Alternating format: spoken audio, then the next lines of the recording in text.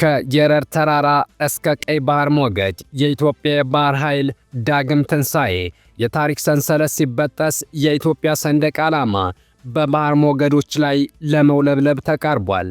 በታሪክ ቀይ ባህር ላይ ድርሻ ያላት ኢትዮጵያ በሊዝም ሆነ በለውጥ የባህር በላጊ ስትል ከፍተኛ የሆነ ተቃውሞ ከጎረቤት ሀገራት መጥቶባታል።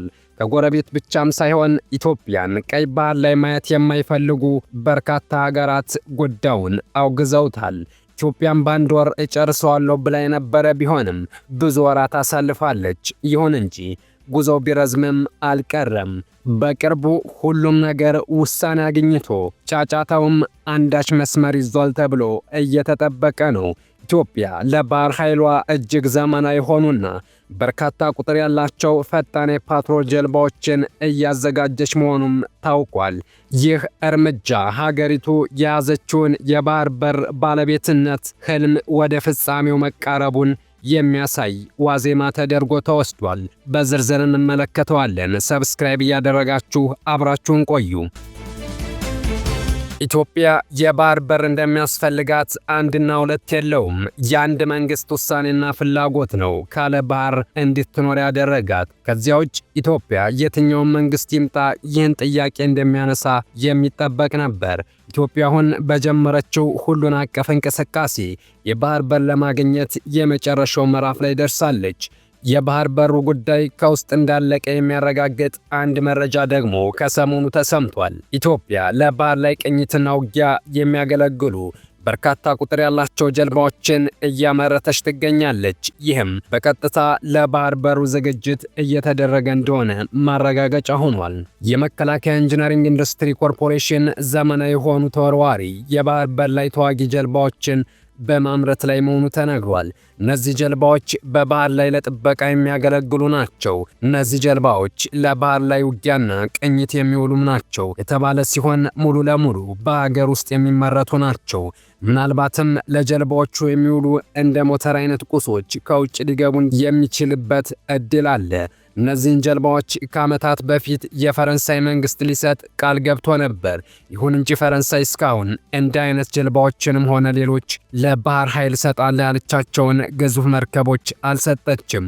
አሁን ኢትዮጵያ በራሷ አነስተኛ የጦር ጀልባዎችን ማምረት ጀምራለች። ከነዚህ ተወርዋሪና ተዋጊ ፈጣን ጀልባዎች አንዱ ብቻ 12 ወታደሮችን መያዝ ይችላል። ከፊትና ከኋላ 3 የረጅም ርቀት ተኳሽ ድሽቃዎችንም የተገጠሙለት ነው።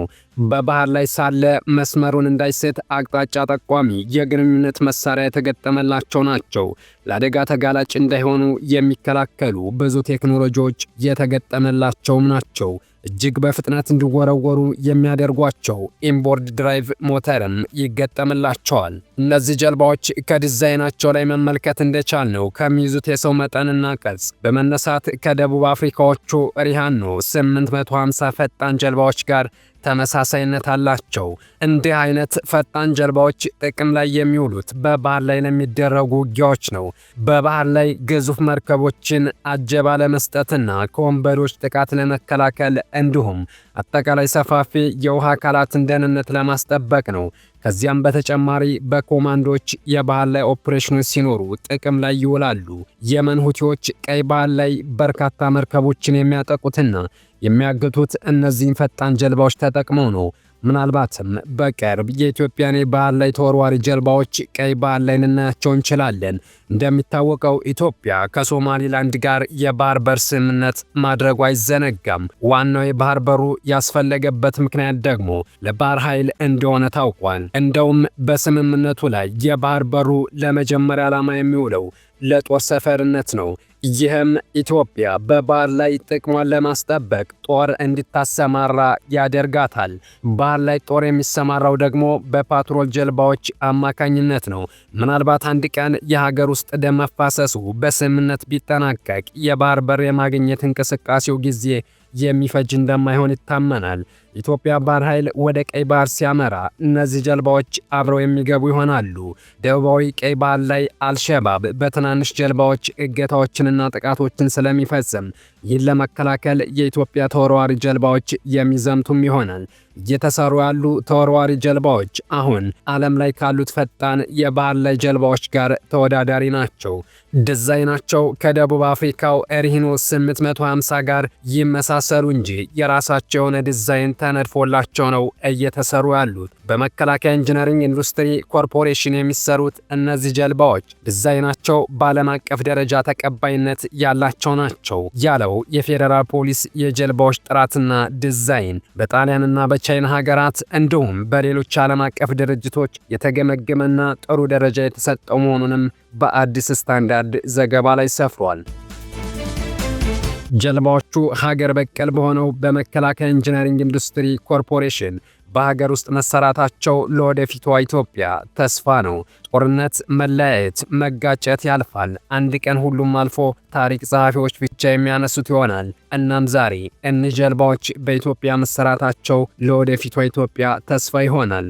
ዛሬ እዚህ የተደረሰው አጼ ቴዎድሮስ ሀ ብለው በጀመሩት መንገድ አጼ ምኒልክ ባስቀጠሉት፣ አጼ ኃይለ ሥላሴ ባሰለሱት፣ ደርግ ባደራጀውና አሁን ያለው መንግስት ደግሞ ባስፋፋው ስራ ነው። ሀገር የሚገነባው በቅብብሎች ነው። ኢትዮጵያ ወደፊት ምናልባትም እስከ ኒውክሌር ፕሮጀክት ድረስ የመጓዝ ተስፋ አላት። ይህም እንቅስቃሴ ከተጀመረ ቆይቷል። ከሩሲያ ጋር በተደረገ ስምምነት ለሰላማዊ አገልግሎት ብቻ ይውላል የተባለ የኒውክሌር ፕሮጀክት ታቅዶ ስራው ተጀምሯል። ከ20 በላይ የሚሆኑ ኢትዮጵያውያንም ወደ ሩሲያና ቻይና ሄደው የኒውክሌር ሳይንስ በማጥናት ላይ መሆናቸውን በቅርብ ሪፖርተር አስነብቧል። አሁን ላይ እየተመረቱ ያሉ ተወርዋሪ ጀልባዎች የባህር በሩ ጉዳይ መስመር እስኪዝ ድረስ በታላቁ የህዳሴ ግድብና በሌሎች የውሃ አካላት ላይ ይሰማራሉ ተብሏል። እነዚህ ዘመናዊ ጀልባዎች በግድቡ ላይ በስፋት ይሰማራሉ ተብሎም እቅድ ተይዟል። ጀልባዎቹ የባህር ላይ ጥቃቶችን ከመከላከል ባለፈም እንደ ህዳሴው ግድብ አይነት ሰፋፊ ሐይቆች ላይ ጉብኝት የሚያደርጉ ጎብኚዎችን ለመጠበቅ ያስችላል። የህዳሴው ግድብ ሐይቅ ከጣና 3 እጥፍ የሚተልቅና ርዝመቱም ከ140 ኪሎ ሜትር በላይ እንደሆነ ይታወቃል። ይህንን ሐይቅ ለመጠበቅ እነዚህ ጀልባዎች አገልግሎት ላይ ይውላሉ ተብሏል።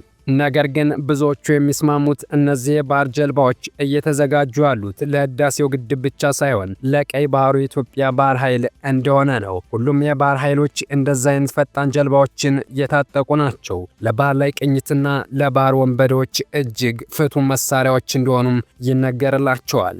እነዚህ ተወርዋሪ ጀልባዎች ዋጋቸው ከሀገር ሀገር ይለያያል። ኢትዮጵያ እያንዳንዱን ተወርዋሪ ጀልባ በምን ያክል ዋጋ እንደተመነቸው መረጃዎችን ማግኘት አልቻልንም። ነገር ግን ተመሳሳይ የሆኑት ጀልባዎች ዋጋቸው ከ$10,000 በላይ ነው። እነዚህ ጀልባዎች በራሳችን የተመረቱ ስለሆነ ራሳችን ሀገር በቀል የሆነ ስያሜም ይሰጣቸዋል ተብሎ ይጠበቃል። እነዚህ የጦር ጀልባዎች ሉዓላዊነታችንን የሚጠብቁ እንደሆኑ ምኞታችን ነው። ከህዳሴው ግድብ በላይ ከጣናም በላይ እነዚህ ጀልባዎች ቀይ ባህር ላይ ይስማማቸዋል። የቀይ ባህሩ ጉዳይ በቅርብ መቋጫውን ያገኛል ተብሎ ይታመናል። የባህር በሩ ጉዳይ ከተሳካ የኢትዮጵያ የባህር ኃይል ኮማንዶዎች እኒህን ሀገር በቀል ተወርዋሪ ጀልባዎች ይዘው የቀይ ባህርን ደህንነት የሚያስከብሩ ይሆናል። በግጭት ሳይሆን በሰላም፣ በፍልሚያ ሳይሆን በስምምነት ኢትዮጵያ የባህር በር የምታገኝበትን ይህን ደም አፋሳሽ የሀገር ውስጥ ጦርነት የምታቆምበትን ጊዜ ያምጣልን። አበቃን። መልካም ጊዜ።